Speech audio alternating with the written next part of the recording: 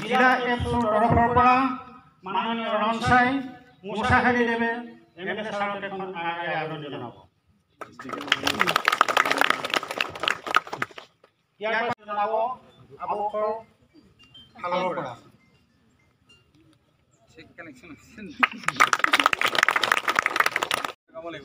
सानजौफुनि गाहाम हामलायनायखौ जासिदों। दायो बेयाव जोंहा मोनसे समायखिरा लानाय हाबाफारि दं।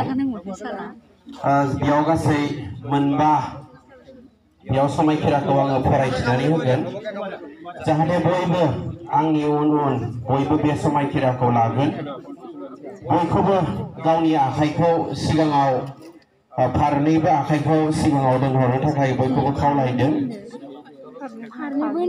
जेरै जों समायखिरा लायो बेबायदिनो फारनैबो आखाइखौ सिगांथिंजाय हरनानै आंनि उनाव बुंफानो आं बयखौबो खावलायदों।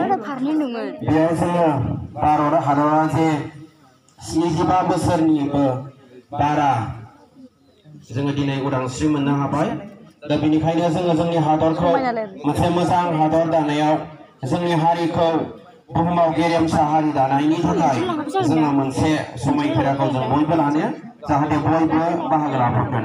সকলোকে পাঁচ প্ৰাণ প্লেজ সেইটো মই কৈ যাম, গতিকে সকলোকে মোৰ পিছে পিছে কৈ যাবলৈ মই অনুৰোধ জনালো। बयबो बाहागो लागोन।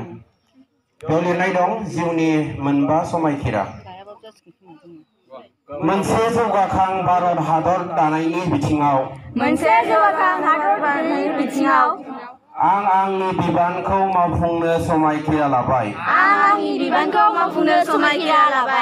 गुबुन हादरनि फामुआरि सानदांथिनि जायखिजाया सिनायथिफोरखौ हुकुमनो समायखिरा लाबाय। जों गोजोननायजों जोंनि बेसेन गोसा हारिमुआरि जारिमिनखौ फोसावनो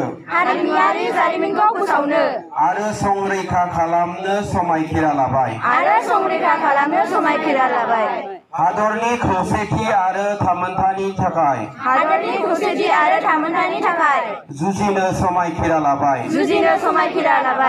हादरनि सायाव जोंनि मावनां आरो बिबानखौ मावफुंनो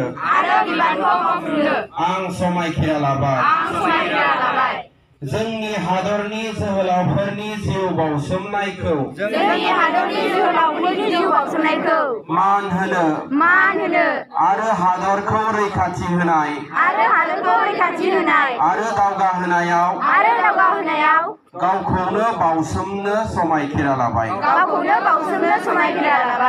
बयनिसिमबो नैबे समायखिरा लानाय हाबाफारियाव बाहागो लानायनि थाखाय बयनिसिमबो रोजा रोजा साबायखर बावदों।